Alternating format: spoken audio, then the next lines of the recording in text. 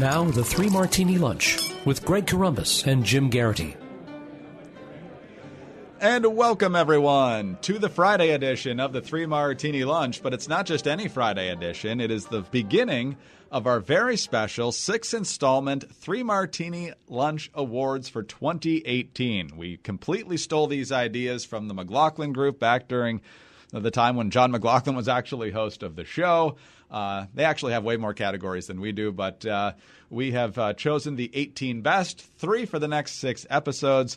Our final one, I believe, will be on New Year's Eve. So stay tuned for all of those, many prestigious and some slightly insulting awards along the way. Today, we look forward to the most underrated political figure, most overrated political figure, and always the toughest to fill, the most honest political figure. So, Jim, most underrated political figure for 2018. A lot of good nominees here, but I went with Florida Governor, soon-to-be Senator Rick Scott. We talked about this a bit after Election Day. Every 4 years, all Rick Scott does is he goes into a race where he's the underdog, where most people think he doesn't have a chance, spends a lot of his own personal fortune, and he goes out and he wins, usually by about 1%. He did it in his first gubernatorial race in 2010. He did it again in 2014, and then he did it again this year in the senatorial race. I don't know if he's necessarily the only Florida Republican who could have beaten Bill Nelson, but I think he's one of only a handful. Republicans have thought they had a good shot against Nelson in past cycles and ended up generally falling well short of that.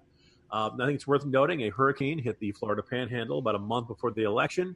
One of several hurricanes that have hit Florida during Rick Scott's time as governor. And I think it's worth saying, look, if a governor botches a hurricane response, that governor is going to pay the price dearly. A couple of friends of mine who live down there who are not particularly conservative and usually vote Democratic told me they were going to vote for him this year. And their general sense was this is a guy who gets the job done. Now, you're going to hear a theme in some of my picks this year, but one worth noting is that Rick Scott is not a whirling dervish of raw political charisma.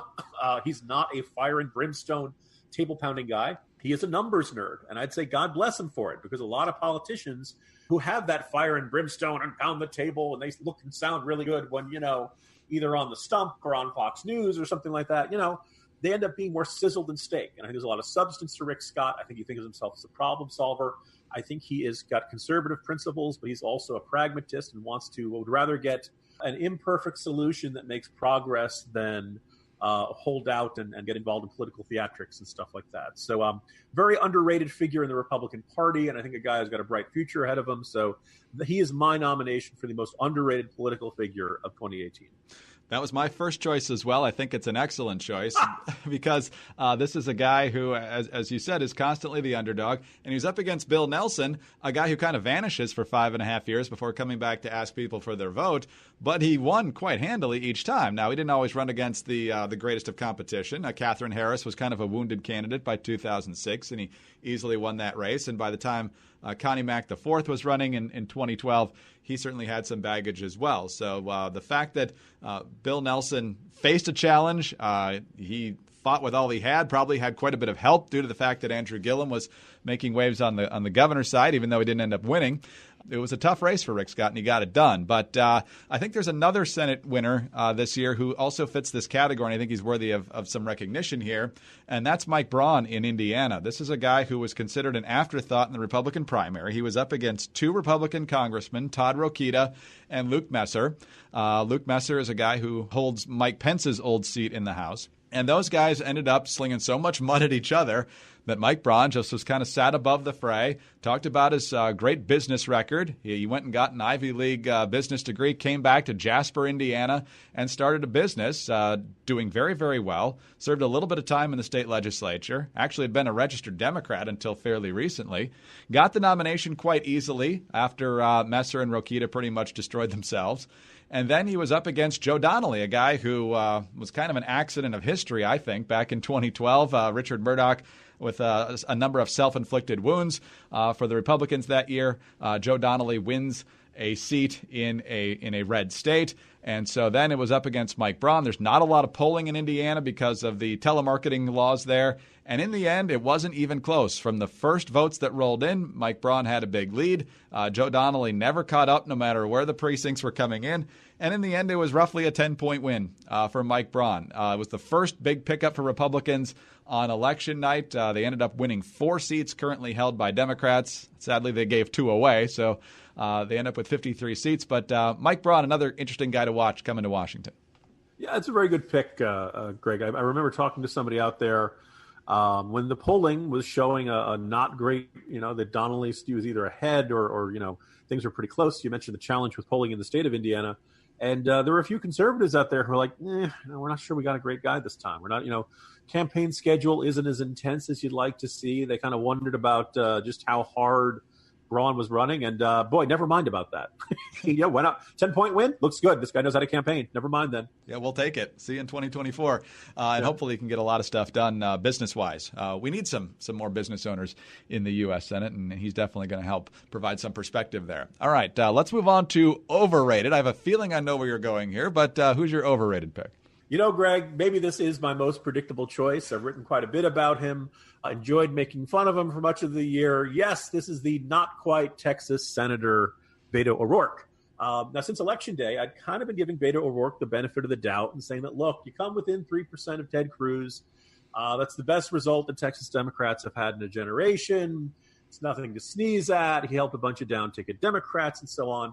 But since I've made those comments, more funding numbers and more data has come out. And you look back and you realize Beto O'Rourke had two advantages that a Senate challenger almost never gets. The first thing is $79 million, right? That's a ton. That's a good sum for a presidential candidate, right? Now, I decided to say, okay, so everybody knows that's a lot. How does that compare to other folks? Well, Ted Cruz had spent $45 million. So Beto O'Rourke had a fundraising advantage head-to-head of $34 million. That's a lot, right? So the second thing is okay, let's look at another state. There's no state that's a perfect comparison to Texas, but let's look at Nevada, our favorite state, where Jackie Rosen ran and beat Dean Heller, Republican incumbent senator in a state that's in the West, right? So there's your example. Jackie Rosen raised and spent $25 million. So Beto O'Rourke had 3 times what she had to spend. Now, yes, Texas is a bigger state, more media markets, et cetera, et cetera. But again, just an unbelievable amount of money, and Beto O'Rourke could not go over the top. And the second huge advantage, and one that undoubtedly helped build that fundraising advantage, the national media embraced and celebrated O'Rourke on a level we have not seen since Barack Obama in 2008, right? I mean, most Senate candidates just never get anything like that. And to have that kind of an advantage and still not win kind of indicates that Beto O'Rourke was always overrated as a candidate, and some of us were telling you that through much of the year. And I just, it's kind of one observation. I think it's not that the national media coverage is arbitrary. It's just that once they decide a narrative, that that narrative is set, whether or not the facts tend to confirm that. And I pointed out that the national media could have written a very different story about Beto O'Rourke. That he was a child of privilege, that he was a champion of eminent domain in the El Paso barrio, married into wealth, he had a net worth of something in the neighborhood of like $9 million, walked away from that dangerous DUI with no serious legal consequence. Oh, and he's a failed musician who's still doing skateboard tricks while as a grown man. You could have written that story about Beto O'Rourke, and I kind of, filled in the blanks there. But the national media wanted to portray him as, vanilla Obama or Lone Star Jesus. And, it'll be interesting to see what Beto O'Rourke decides to do. Still a lot of presidential buzz as we talk about this. So, Beto O'Rourke himself is less fascinating than the way people react to Beto O'Rourke. That's fascinating. There's a poll from MoveOn. MoveOn's got him number 1 now, ahead of Bernie and Joe. So there'll be a lot of pressure, plenty of competition on the progressive wing, Kamala Harris and a bunch of other folks. But I think it's going to be really hard for Beto to say no. He might even have been telling the truth back in November that he really didn't want to run in 2020, but he might just get shoved into it. We'll see. That's obviously a very good choice for most overrated for 2018, especially given the fact that he, didn't win. Another one in that same vein is Phil Bredesen, the former governor of Tennessee who ran for Senate against Marsha Blackburn. And he was part of this ongoing Democratic retread effort that never seems to work, at least in recent years. It did with the whole Torricelli switch in New Jersey back in 2002. But in 2016, they tried to bring back Russ Feingold in Wisconsin and Evan Bayh in Indiana, and both of them got beat. Now, Phil Bredesen, they recruited him to run for the open seat that Bob Corker was leaving. Marsha Blackburn had the Republican field to herself. And Phil Bredesen had a lot of name recognition, was pretty strong in the polls for a lot of months. And then Marsha Blackburn became better known to the people of Tennessee. Marsha Blackburn kept reminding people that the first thing that Phil Bredesen would do in Washington is align with the Democrats and vote for Chuck Schumer to be majority leader if they were in that position. And even towards the end, when Phil Bredesen was pandering as hard as possible and saying he would vote to confirm Brett Kavanaugh, the people of Tennessee, which is a deep red state, they just wanted nothing more to do with him. That was more than a 10-point win for Marsha Blackburn. Congratulations to her. And Phil Bredesen not only didn't win, didn't even come close. Yeah, and I think a generally, disappointing campaign from start to finish, Greg. I must point out, to me, the greatest disappointment that as of this recording, we still have not heard Taylor Swift's breakup song with Bredesen. And it's going to be epic. I put my faith in you. You couldn't even come close. I don't know. That's not quite my Taylor Swift impression. I'm not a songwriter, but you could just imagine, some sort of version. And let's face it. When it comes to Bredesen, yes, he was the governor for a long time. Republicans down in Tennessee were a little worried. They said, look, if this comes down to personalities or who's got happy memories of the time he was governor, that Blackburn was in trouble. But in the end, the Tennessee voters sent a message to Bredesen. That is that we are never, ever getting back together, to use the a Taylor Swift title. Oh, no, that's exactly right. And, I'm sure Taylor Swift is going to say he's one of those typical guys that breaks your heart in November, so that way he doesn't have to buy you Christmas presents. And I hadn't even thought about that. Wow. Yeah, it could get ugly. We'll see. Hopefully she's taking her time to put this together so it's not just based on raw emotion. But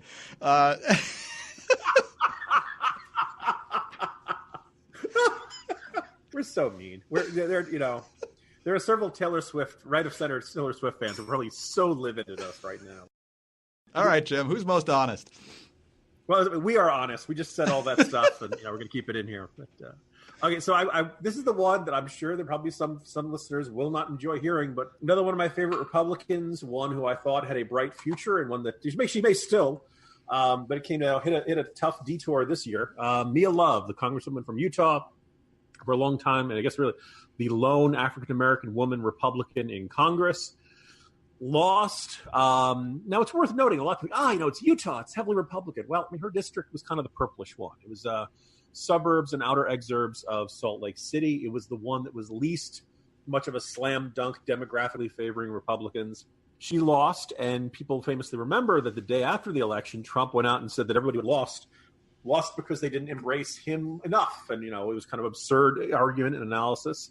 That was not the case for Barbara Comstock, and I don't think you can say that was the case in Mia Love's district. And she pointed out that, look, the election shone a spotlight on the problems Washington politicians have with minorities and Black Americans.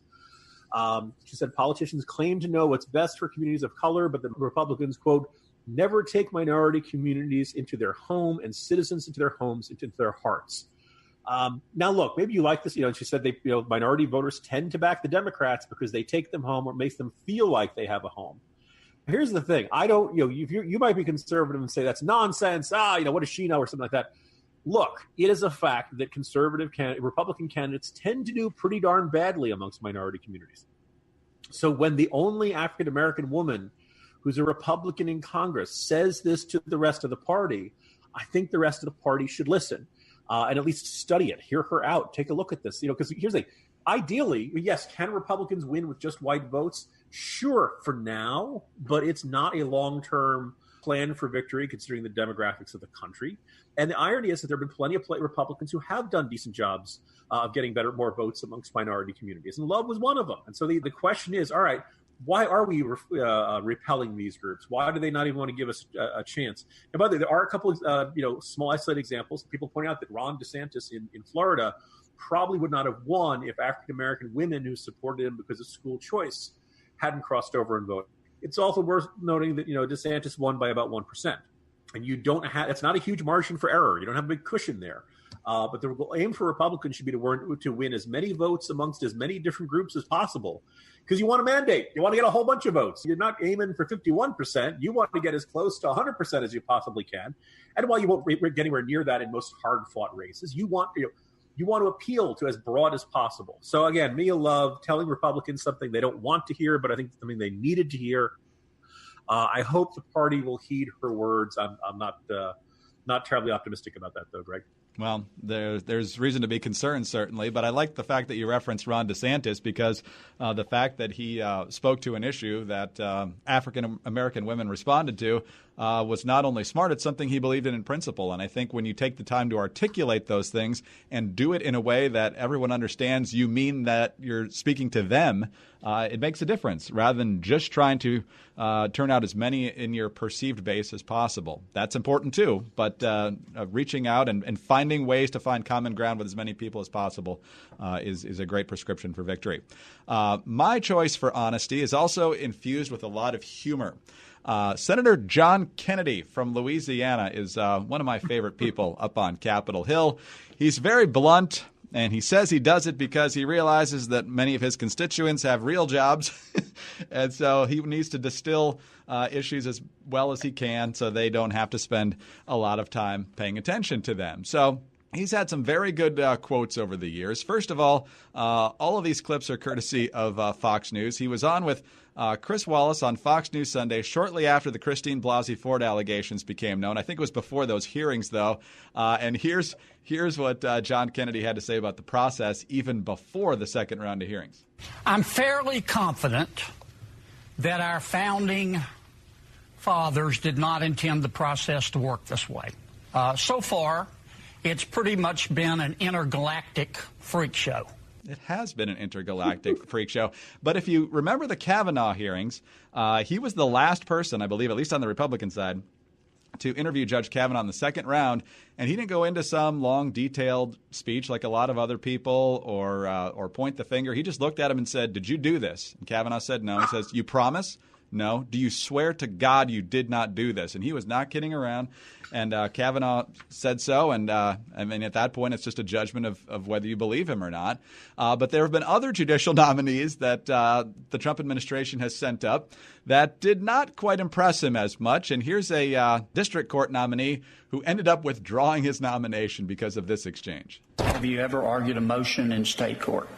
I have not. Have you ever argued a motion in federal court? No. Well, not too stellar there. So the Trump administration had to scramble and find a new nominee for that post. And finally, in his profile on Fox News, this is advice that Kennedy says he got from a friend about how to conduct himself. Some time ago, a friend of mine told me, he gave me some good advice. He said, always be yourself unless you suck. And I thought that was pretty good advice. That's very good advice. Jim, we need humor. You and I try to provide it on a regular basis. It's good to see people like Senator Kennedy doing the same, and it's good to have a Senator Kennedy we like. Yeah, what a change, Greg. I was going to say, I want that last saying stitched on a throw pillow in my house. Always be yourself. Unless that doesn't work for you. Then be somebody else. What's that old saying? Always be yourself, unless you can be Batman. In that case, be Batman. Oh, good start. Good start to the year-end Three Martini Lunch Crystal Martini Glass Awards. The first batch are in the books. Have a great weekend, everyone. Jim, you as well. We'll reconvene here on Christmas Eve for round 2. See you Monday, Greg. Jim Geraghty of National Review. I'm Greg Corombos of Radio America. Thanks for being with us today. Have a great weekend, everyone. See you on Monday for the next edition of the Three Martini Lunch.